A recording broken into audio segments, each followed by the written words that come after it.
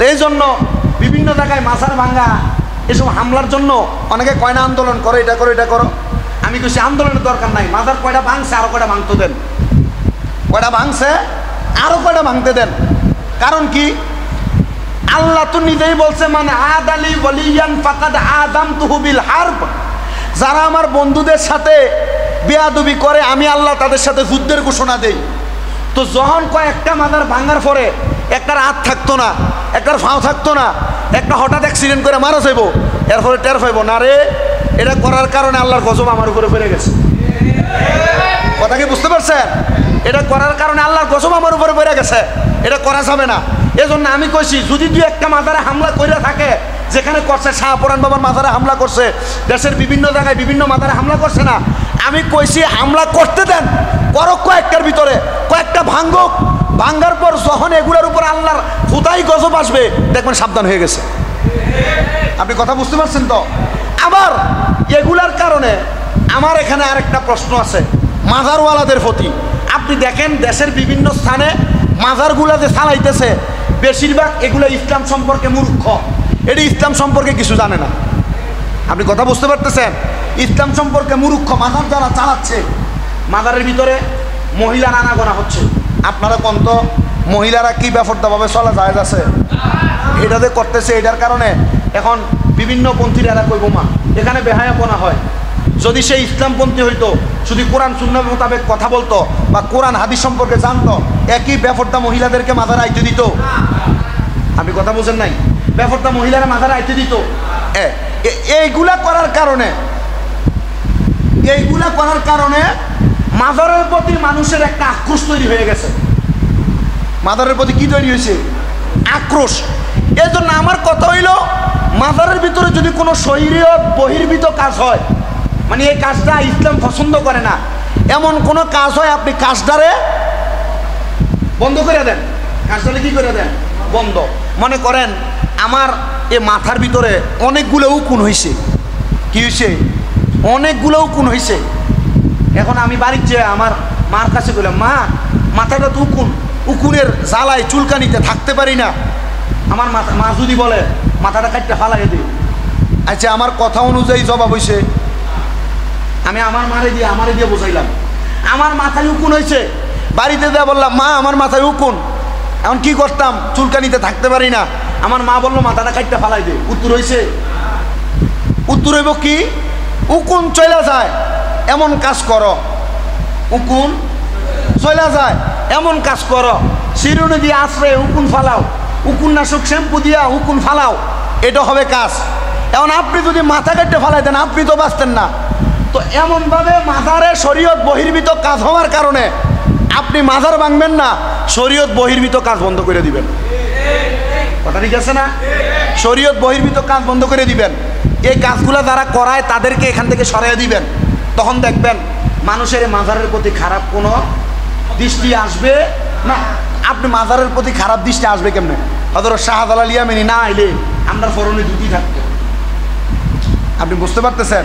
আল্লাহর ওলিরা বাংলাদেশে না আইলে আপনি আপনাদের জায়গা জমি 4 পুরুষ আগে RSBS CS খতিয়ানডি যাচাই করে দেখেন, আপনার ফৈদাদার নামের আগে দিয়ে সি লেখা। কি লেখা? সি লেখা, সি। তো কারণ কি? এরা ইসলাম কি বুঝতো না, এরা যা কইতো তাই লাগাই দিত। এই আল্লাহর ওলিরা আগমন কইরা আমাদের এলাকার মানুষের নামের আগে সি বাদ দিয়া মোহাম্মদ লাগাই দিছে। কি লাগাইছে? মোহাম্মদ লাগাইছে। এই মোহাম্মদ, আপনি সৌদি আরব বলেন, বিভিন্ন আরব কান্ট্রিতে নামের আগে মোহাম্মদ নাই, ডাইরেক্ট নামে মোহাম্মদ। ডাইরেক্ট নাম কি? ডাইরেক্ট নামে মোহাম্মদ, ডাইরেক্ট নাম আহম্মদ। আমরা মোহাম্মদ লাগানোর উদ্দেশ্য কি? শ্রী যেন না লাগায়, শ্রী যেন না লাগায়। এজন্য আল্লাহর ওলিদের প্রতি আমাদের নজর থাকবে কি? ভালো। উল্টাপাল্টা কাজ যারা করে তাদেরকে প্রতিহত করতে হবে, এটা আমাদের দায়িত্ব। এটা আমাদের কি দায়িত্ব? উল্টাপাল্টা কোনো শরীয়ত বহির্ভূত কাজ হইলে এই কাজ প্রত্যাহার করতে হবে এদেরকে। আল্লাহ আমাদেরকে বোঝার তৌফিক দান করুন। আরো জোরে পড়ে না আমি। তবে যারা মাজার বিভিন্ন জুলুসে হামলা করে এমন সন্ত্রাসবাদ করতেছে, আমার এদের প্রতি আপনারা যারা আছেন, আপনাদের পরিচিত কেউ যদি থাকে, এদেরকে এতটুক বুঝাইবেন, ভাই সাহেব এগুলা কইরা মুসলমানের মাঝে দ্বন্দ্ব যেন না হয়। আপনি দেখেন যারা মাজারে হামলা করছে এরাই কিছুদিন আগে মন্দির ভাড়া দিছে। মন্দির পাহারা দিছে না? মন্দির পাহারা দিছে। তো মন্দির পাহারা দিয়া আপনি মাজার ভাঙতে যাবেন, আপনি সংখ্যালঘু যারা হিন্দু এদেরকে আমরা অবশ্যই হেফাজত করতে হইব, এদেরকে আমরা অবশ্যই ভালোভাবে রাখতে হবে। কারণ আপনি যদি অন্য ধর্মের মানুষরা আঘাত করেন, ইসলাম এটারও সাপোর্ট করবে না। এজন্য অন্য ধর্মের মানুষরা হেফাজত করবেন। তবে আবার ইসলাম এটা কইছে না যে আপনি মন্দির পাহারা দিয়ে মাজার ভাঙ গেলেন। কথা বুঝতে পারছেন তো? এই জন্য আপনাকে এটা করতে হবে যে হ্যাঁ, মন্দির পাহারা দিয়ে হিন্দুদেরকে হেফাজতে রাখবেন, বিভিন্ন ধর্মাবলম্বীদেরকেও হেফাজতে রাখবেন, এদের প্রতি কোনো আক্রোশ প্রকাশ করবেন না। আবার মাজারে যে সুফিবাদীরা আমরা দুধি খুইলা লুঙ্গি ভরাইছে, এদের মাজারেও হেফাজত রাখতে। কথা কি ঠিক আছে? আমারে এই গত কিছুদিন আগে এই যে আমাদের কুমিল্লাতে বিসমিল্লা জুয়েলার্সে এক ছেলে, হিন্দু ছেলে, কাজ করে, এক হইতেছে হুজুর এই যে দেশের এই পরিবর্তনের পরে বিভিন্ন জায়গায় আমরা মন্দিরটির ভিতরে হামলা করতেছে, এটার কারণ কি? আমি এর উত্তর দিছি, ভাই আসলে হামলা তো মন্দিরে করতেছে না, এরা এদের নিজের বিবেকের প্রতি হামলা করতেছে। ভাই আমনের কথা আর এদের কান্দ মিলে না। আমার বলতেছে, আর আমি চিন্তা করলাম সে হিন্দু মানুষ, সে আমার প্রশ্ন করছে মন্দিরে হামলা করা যায় না না যায় জানিয়ে নিব আমার কাছ থেকে। আমি আরে কইলাম, শোনো, মুহাম্মদ সাল্লাল্লাহু আলাইহি সাল্লামের কাছে অনেক হিন্দু আসছে, বিধর্মী আসছে, নবীজি তাদেরকে সুন্দর ব্যবহার দিয়ে ইসলামেটাই আনছে। নবীজি কখনো কোনো বিধর্মীর উপর আঘাত করে নাই, এবং কোনো বিধর্মীর প্রতি আঘাত করা, তাদের ধর্ম উপাসনালয়ে আঘাত করা ইসলাম সাপোর্ট করে না।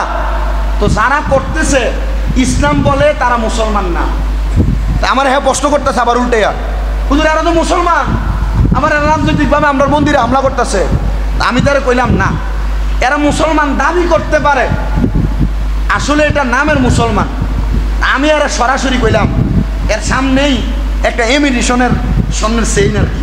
আমি কইলাম এই যে চেইনটা, এই চেইনটার বড়ি তো স্বর্ণের এখন 1,26,000 টাকা, তাহলে এটার বড়িও কি 1,26,000?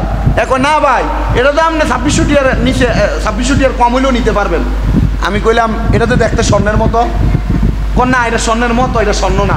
আমি কইছি মুসলমান দাবি করে যারা মন্দিরে হামলা করে এটি মুসলমানের মতো, এটি মুসলমান না। কারণ মুসলমানদের কাছে অন্য ধর্মের মানুষেরা হেফাজতে থাকে, মুসলমানের কাছে হিন্দুরা বলেন অন্য যত ধর্মের মানুষ এরা নিরাপদে থাকে।